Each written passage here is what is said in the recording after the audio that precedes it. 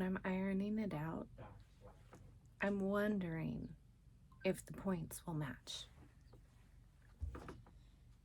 And they hardly ever do. It is not my goal in life to make sure that my points match.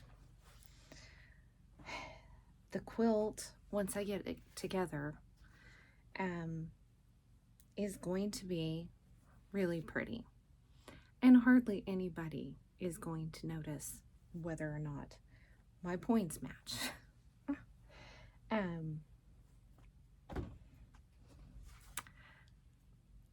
It reminds me of relationships. It's really nice whenever our points match, right? When we're on the same page and we believe in the same things, and of course the dogs start barking, right? It's really nice whenever that happens. Does it always happen? No. Our points don't match. I am sitting here thinking I'm going to do a really quick video. And of course, somebody must have drove up. The dogs were all barking. Every time I have tried to sit down and actually get some serious work done here lately, there's been some kind of interruption. And it's like this morning, I was feeling a little inspiration. I might be able to get some writing done, and people want to talk to me or something. So when we're building relationships and nurturing those relationships in our family, in our community, the points don't always match, right? We don't always see eye to eye on things, and that's okay. But it's hard sometimes. And if we can admit that it's hard, but it's not necessary, then it'll make it a little easier. We've been living out here. I've lived here most of my life, right? And so is my husband, most of his life. And we bought our own little place and have been trying to make a go of it. And when we first bought it, there was tons of trees, and admittedly they were locust trees, most of them. There's some elms, some Chinese elms and some American elms. There was one pear tree left over from the orchard of the original homestead that was here. There was acres and acres of lush Bermuda. There were flowers. What kind of flowers were they? Irises around every building, and it was just a lot of fun.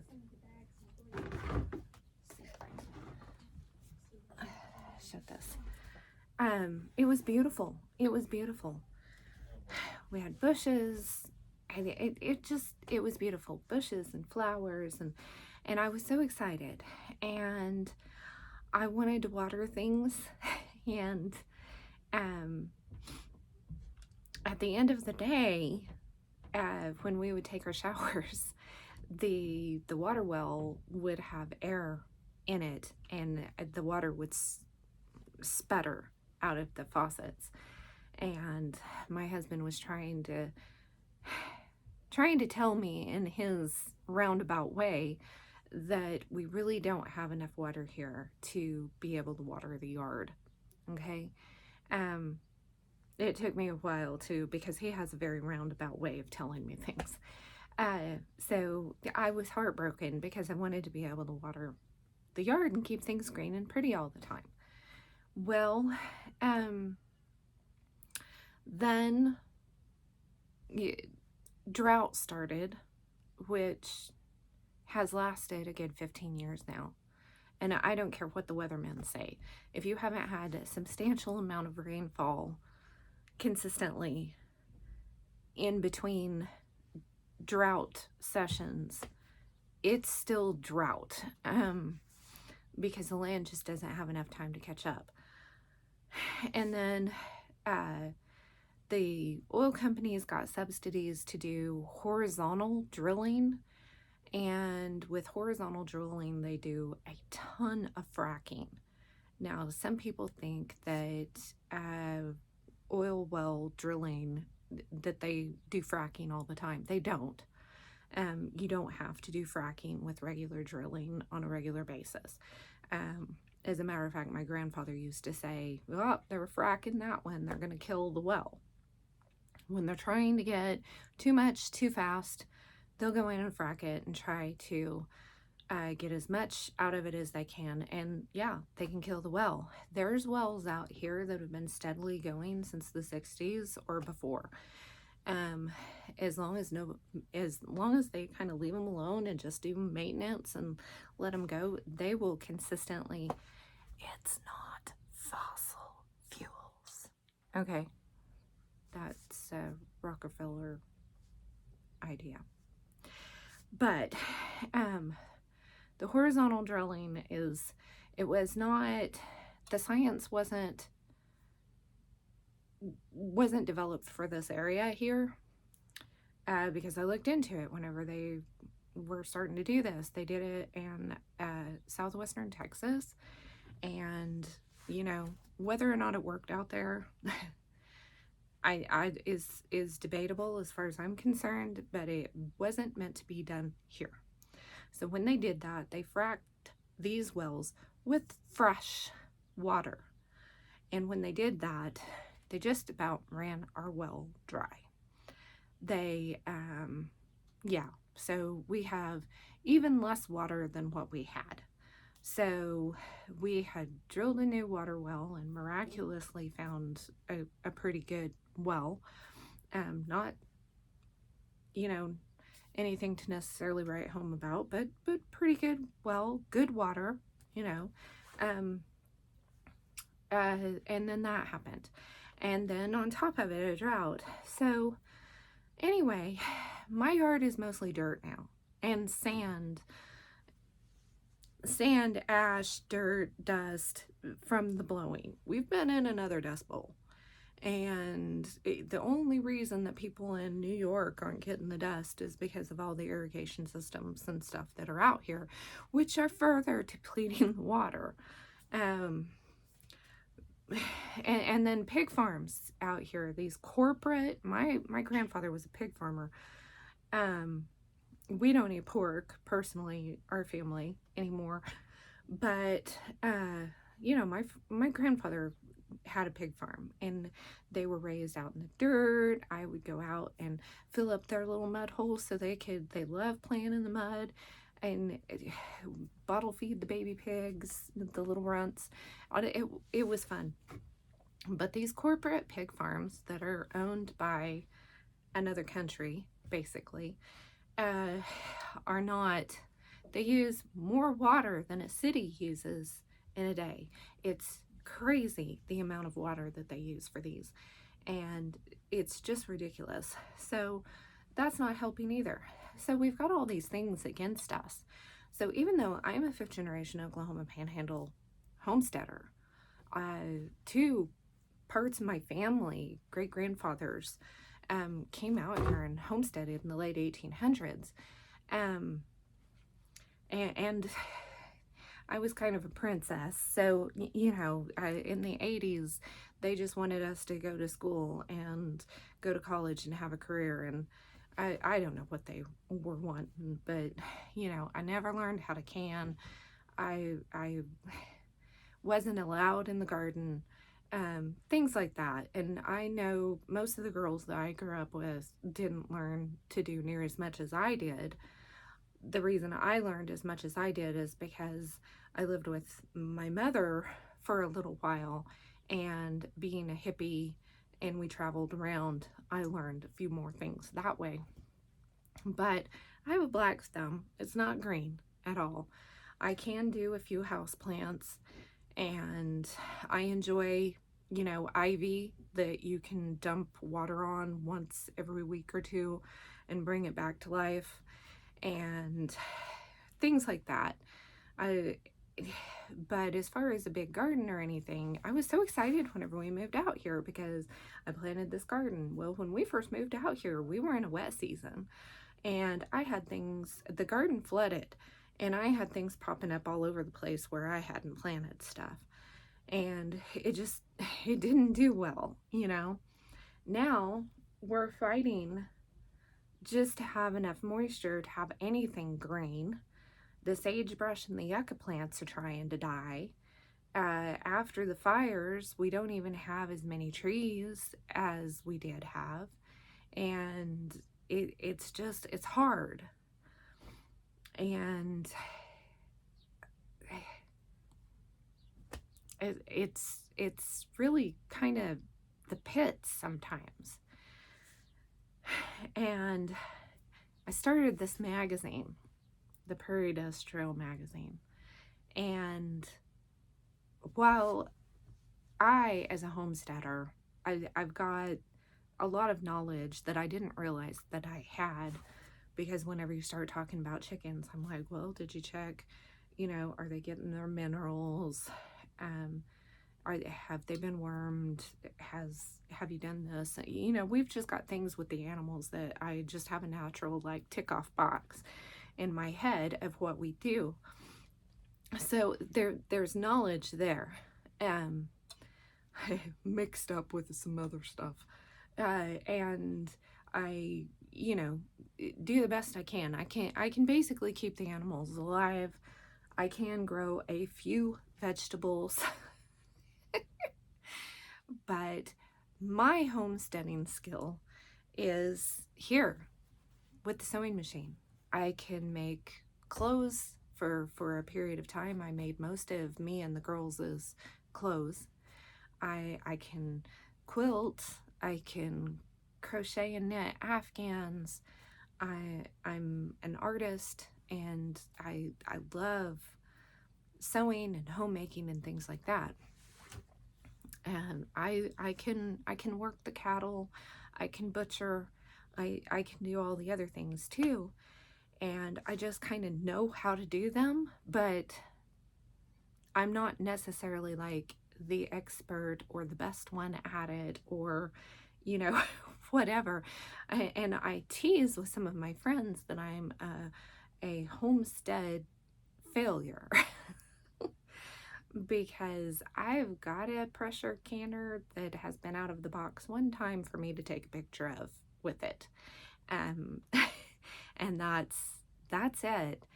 It's hot in the summertime. I don't usually grow enough vegetables for us to even put up.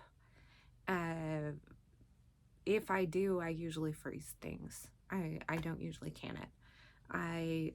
I'll can some other things, but water bath canning, just easier. But in the summertime, it's stinking hot out here, and we don't have central heat and air.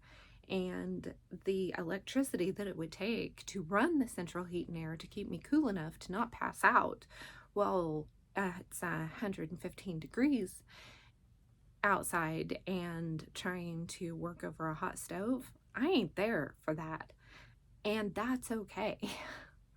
So with the magazine, I'm pulling in contributors who know more about those things and have a more ready practical knowledge about those things to bring that in. I'm good at sewing. I'm good at writing.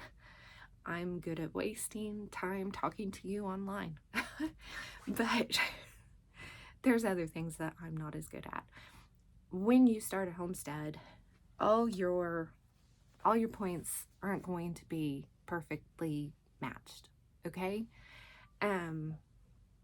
It's okay. There's some things that my husband is better at. I mean, he's an electrician, so we can be off grid, and that's awesome. Right now, off grid for us, as far as power is concerned, means we try to decide whether diesel or an electric bill is more expensive. And right now it's kind of a toss-up. So, you know, it's kind of a tough thing there. No, we don't have solar, and I don't even want to discuss wind. yeah, we're talking Oklahoma wind that is regularly 50 miles an hour or more, and small solar panels to run a water pump or to run an electric fence or something. Great, great. You're gonna have to replace it every so often and everything, but those big expensive things to put on our house, they would not stay.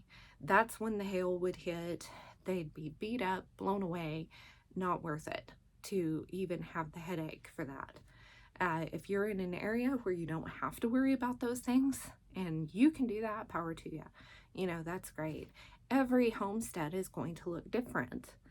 And these homesteaders that are buying these 5 or 10 acres in these wonderful, lush territories where green things grow whether you ask them to or not, you know, that's awesome.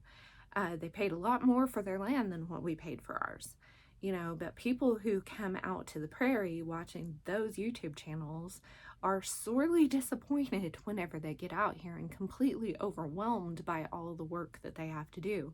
You can't do it here on 5 or 10 acres. You can't. Period. End of story. There are some places in this world that does not work. So if somebody tells you all you need is 5 acres anywhere in the world and you can be off grid and live, they've probably never even driven out here. There are places in the world where that doesn't work. And they're missing the point too. You don't have to buy 5 or 10 acres or more and try to hack it off the land. It may not be your thing. You may have something that you're better at, be it sewing, cooking, cleaning. We need everybody, right? So when we're having a community, when we're building a community, we need people who have all kinds of skills. We need midwives. We need electricians. We need people who are just good with a shovel, can dig things and build a fence and stuff like that. We need everybody, and not everybody is going to be able to do everything. So if all you can do is sprouts in the kitchen window, you've got some nutrition going, you know. And if you've got something else that you can do, that you can offer to somebody else and trade for a beef, you know, part of a beef or something like that, then go for it. And that's where we're going to have to start going. So this next magazine, the spring magazine, is going to come out at the end of this month, April 30th. And it's the theme is about community building, community, and nurturing community. And I think that's just super important, but it's not always easy to do. Community's hard. Again, we're not always going to be able to match our points, right? I've got a couple of points, like homeschooling is awesome. And yes, anybody can do it, but no, maybe not everybody should. And homemaking isn't the drudgery that you think whenever I'm getting up at, you know, 9 or 10 o'clock in the morning and fixing my coffee and doing my thing and playing with my puppies and doing fun things compared to the drudgery that feminists would have you believe it is. I enjoy my life. You know, yes, we've been going through a dust bowl. Yes, it's been really hard. Yes, we're struggling to haul water for the animals and you know, keep things going out here. And we're hoping and praying that we will have enough moisture this year to be able to have a garden. And we're getting the greenhouse up and going. It's just a little bitty hoop barn that we bought. We can move it around with the tractor. It's all on its own thing. It's not anchored to the ground or anything. Um, so we're getting these things started. And we're supposed to have another freeze this weekend. So, here it is, middle of April. I'm not getting in a big hurry to plant a bunch of stuff or get a bunch of seeds started. I'm just not, because I know what's going to happen. It's Oklahoma, and Oklahoma is trying to kill me and everything that I try to keep alive. So I'm just going to do the best I can with what I've got and just keep trying. So we've got a couple of big stock tanks that have holes in them that we filled up, doing the hudiculture, anyway, that German thing. We've got sticks and logs in there, and then the dirt and stuff on top, and some manure and things mixed in there. And last year we had cantaloupes and zucchini and tomatoes and things all just kind of growing in there like a big mess. We found out that out here it's better not to try to have a pretty garden, and don't worry about the weeds that are around it, because that gives a little bit of barrier for the grasshoppers that are this big. So if all you've got is a crochet hook, some yarn, and some sprouts in the window, that's okay. I've got a dear friend of mine who crochets roses. They are so beautiful, and we used those for one of our older daughter's weddings, and that was in her bouquet and decorations on the table, these beautiful crocheted roses. And she's got some physical disabilities, and there's not a whole lot of things that she can do. But she can put on a good pot of stew, and she can crochet those roses, and she does the best she can with what she's got. And the rest of us are happy to trade things for that. I've traded essential oils for roses, and I love that. So that is building community, learning those things from these people, because she taught me how to do it. Is part of that building community. So I'm really excited about this next magazine, and if you haven't subscribed yet, I know I keep saying this in all of my videos, but you don't have to be a homesteader to get some good out of this magazine. This magazine is giving you the Bible-based encouragement for you to be prepared and live more sustainably, not in a grain sense, but in a real life, everyday sense, and to help you work through those relationships where the points may not be matched up yet, but Jesus is going to take care of that. He's going to match all them points whenever he does the quilting, right? So hang in there. I know it's tough lately, and I know there's a lot going on in the world, but it's going to be okay. The next 10 Hat Talks will be out on Sunday, and it was a really good visit.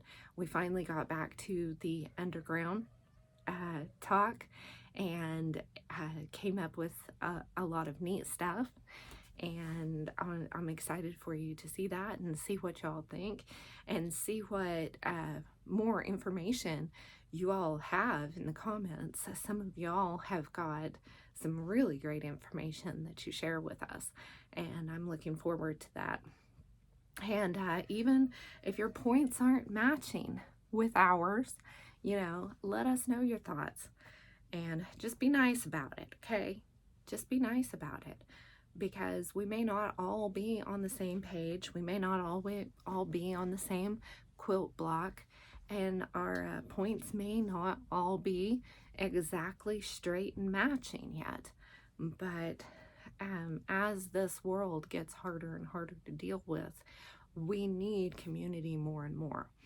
And so we need to give each other grace and understanding, and really be kind to each other.